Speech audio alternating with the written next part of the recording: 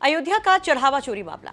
राम मंदिर के चढ़ावे में कहा गया कि बहुत सारी लूट हुई है, डाका डाला गया, विरोधी यहां तक कह रहे हैं। इन तमाम आरोपों के बीच में पिछले कुछ दिन से सियासत तो गरमाई ही हुई है, उसके साथ साथ तमाम चर्चाएं पुलिस एक्शन को लेकर भी हैं। एसआईटी ने क्योंकि अपनी रिपोर्ट सौंप दी है, लेकिन अभी तक एफआईआर दर्ज नहीं हुई है। प्राथमिक रिपोर्ट सौंपे जाने के 2 दिन बाद तक कोई एक्शन जब नहीं होता है तो लोग सवाल उठाते हैं। इन सब के बीच में सोशल मीडिया पर चंपत राय की चर्चा बहुत ज्यादा है। चंपत राय को लेकर अब एक खबर भी बहुत तेजी से वायरल हो रही है। खबर कि चंपत राय ने इस्तीफा दे दिया है। चंपत राय जो कि राम मंदिर ट्रस्ट के महासचिव थे, उन्होंने अपने पद से इस्तीफा दिया विश्व हिंदू परिषद के राष्ट्रीय महामंत्री बजरंग लाल बांगड़ा को। ये खबर सोशल मीडिया पर आग की तरह फैलती है। कई लोग इसको लेकर कमेंट करते हैं, अलग अलग तरह से लोग इसको लेकर जवाब देते हैं, शेयर करते हैं। लेकिन इस खबर की सच्चाई क्या है? सोशल मीडिया पर जो आग की तरह खबर फैल रही है कि चंपत राय ने इस्तीफा दे दिया और चंपत राय के साथ अनिल मिश्रा का भी जिक्र हो रहा है, जो कि इस राम मंदिर ट्रस्ट के दूसरे बहुत महत्वपूर्ण किरदार हैं।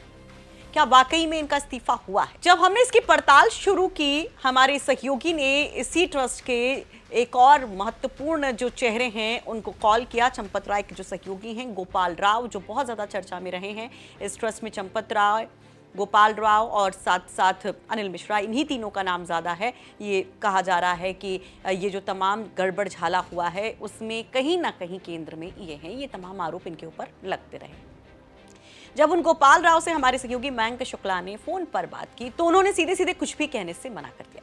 उन्होंने इस खबर का खंडन भी नहीं किया, इनकार भी नहीं किया, बस इतना कहा कि उनको इसके बारे में मालूम नहीं है। आगे कहते कि कोई जानकारी नहीं। यानी कि खबर पुख्ता नहीं हो पाती है कि चंपत राय ने इस्तीफा दिया कि नहीं दिया। लेकिन हाँ, ये खबर जरूर है अंदर से सूत्रों के हवाले से कि जिस तरह की रिपोर्ट एसआईटी की तरफ से रखी गई है, जिसमें संदिग्ध पाई गई है भूमिका चंपत राय की, कोई ना कोई एक्शन बड़ा होने वाला है। लेकिन गोपाल राव ने जिस तरह से इस खबर का खंडन नहीं किया, जो कुछ जानकारी नहीं दी, उसके बाद बहुत सारे सवाल भी हैं। चंपत राय को लेकर एक और बड़ी जानकारी मिल रही है। चंपत राय को लेकर ये एक बड़ी जानकारी मिल रही है कि जो आपने देखा था कि बीजेपी के एक नेता है रजनीश सिंह, जिन्होंने एक चिट्ठी लिखी थी पीएमओ को बहुत पहले, आपको याद होगा 12 तारीख को, करीब 12 जून को, क्योंकि 7 जून को ये पूरा विवाद सामने आया था अखिलेश यादव के एक पोस्ट के बाद।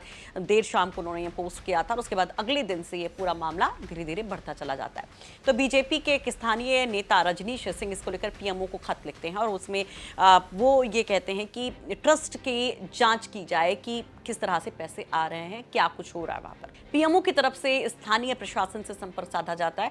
स्थानीय प्रशासन जब जानकारी जुटाने के लिए ट्रस्ट से संपर्क साधता है तो चंपत राय इनकार कर देते हैं, कहते हैं कि वो कोई जानकारी नहीं दे सकते हैं। हवाला दिया जाता है एसआईटी का कि एसआईटी की जांच शुरू हो गई है और अब वो कुछ नहीं कर सकते।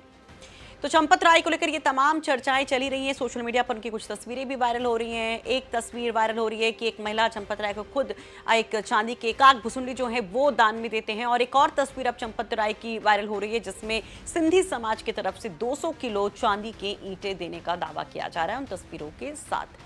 तो चंपत राय जो बहुत ज्यादा सवालों में हैं, हालांकि संघ और बीजेपी की तरफ से हमेशा उनकी ईमानदारी को लेकर बात कही गई, लेकिन कई हमले भी चंपत राय पर हुए। चाहे विनय कटियार की बात करें, चाहे हम कमल नयन दास की बात करें, चाहे हम जो एक बड़े कार सेवकों में शामिल रहे संतोष दुबे की बात करें, वो शुरू से चंपत राय पर हमला करते रहे।